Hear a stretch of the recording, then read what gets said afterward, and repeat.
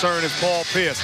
Got to get game experience. But when you talk about Kevin Garnett having surgery this late in his career, the question is, does he get back to the KG of old? It has to be a dominant factor on the offensive end, on the block, but more importantly, set the tone defensively.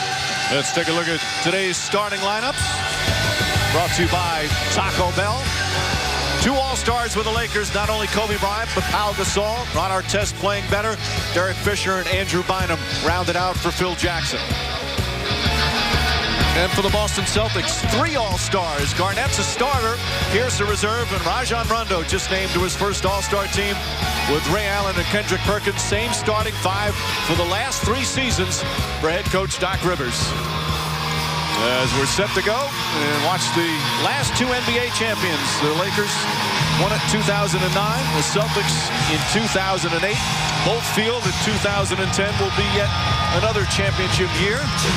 Well, you still got a long ways to go. Boston right now. As a reminder, Spanish language version of today's game presented by ESPN Deportes. Use the SAP button on your television.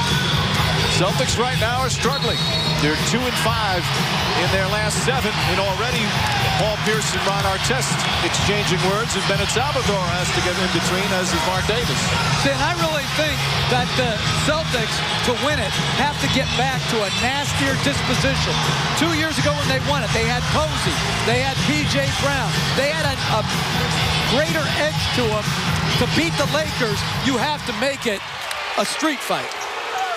They're just 6-10 in their last 16 games, and they've already lost 7 games at home this year. Last season, they lost 6 total here at the TD Garden. Pierce is guarding Artest, and Pierce called for a foul. We'll see if they call it tight like that throughout. Well, I like the edge that the Celtics are starting the game with. You're not going to beat the Los Angeles Lakers in a finesse match. Doc Rivers understands that. The Lakers understand it. More importantly, the Celtics do. It's got to be a physical game. And it's a foul on Kendrick Perkins before the inbound. Now, this was before the opening tip. And now we just have this Perkins is trying to defend down on the low post, a foul before the ball is inbounded. So even though it's not the penalty, Bynum goes and shoots 2. You know, in defense, coach, this is one of the reasons why the Lakers upgraded as far as Trevor Reeves and Ron Artest, to bring that physical force type of energy to the game. But if you're Ron Artest, you have to play with force, but also under control. Right, and I think the biggest thing missing from Artest's game this year for me is on the defensive side. Offensively, he gets sporadic opportunities. He's more of a spot-up shooter, but it's his defense, to me, that has taken a little bit of a back seat. He's even admitted that he's got to go back to what he was as Ray Allen, quick catch and shoot, knocks down his first. Celtics coming off a couple of very difficult road losses to Orlando and to Atlanta. In fact, the Atlanta Hawks completed a 4-game season sweep of the Celtics. But the crowd fired up early on. Artest. Ray Allen on Bryant. They've been guarding each other for a lot of years. Nice pass inside from Gasol. And Bynum can't get it to go. Second effort won't go. Perkins the rebound. We've had a lot of whistles early on. Doc Rivers yelling at Mark Davis as Garnett took a tumble as he got bumped. That's nothing to me. Artest is standing there. Garnett's running the floor. That's not a foul. And again, you wonder, especially with the two of them drawing away each other to start, are they going to call it tight like this? Hopefully not. They'll let them play a little bit. And they have Kobe Bryant guarding Rondo, either trying to preserve his energy or make him a roamer defensively and trying to help.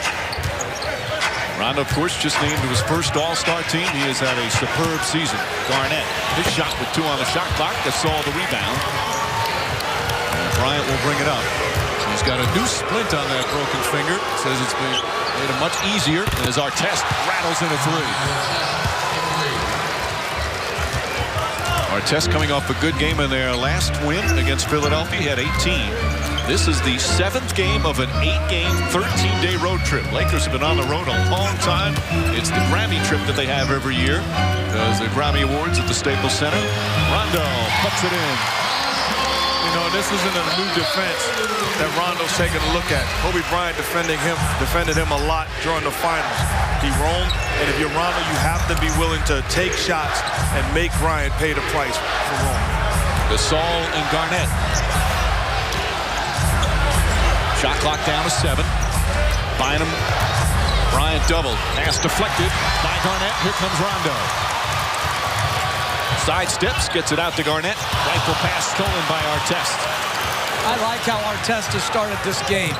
He's been aggressive. He got himself into the post once. He's deflected a couple plays, and a good entry pass right there to Bynum. Well, let them play down low, and they call a hell ball. Good battle as Garnett is able to hold on. Let's check in for the first time with Doris Burke. Hey, Doris. Hey, Michael. Jeff touched in the open about the problematic right index finger for Kobe Bryant. Well, he's also battling a tweaked ankle that he suffered Friday night in Philadelphia.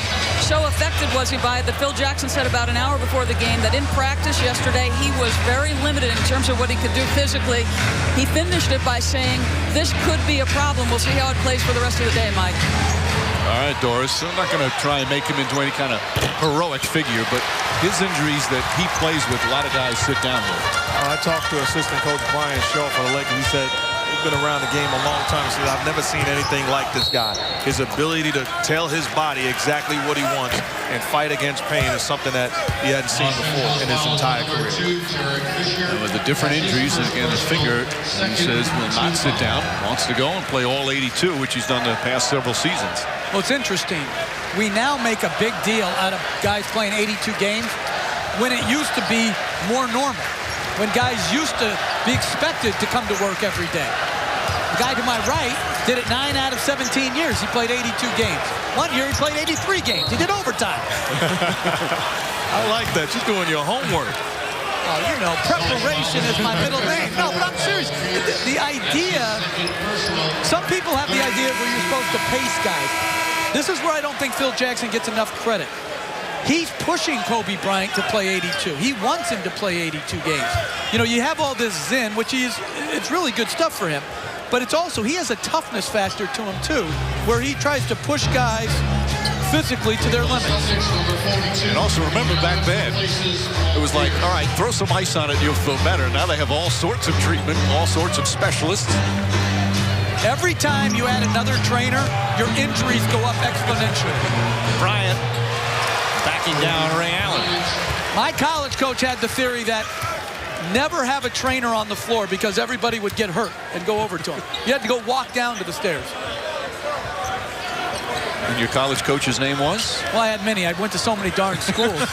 But Bill Nelson. But Nazareth College, man, we didn't even have the money for a trainer. We had vans to games.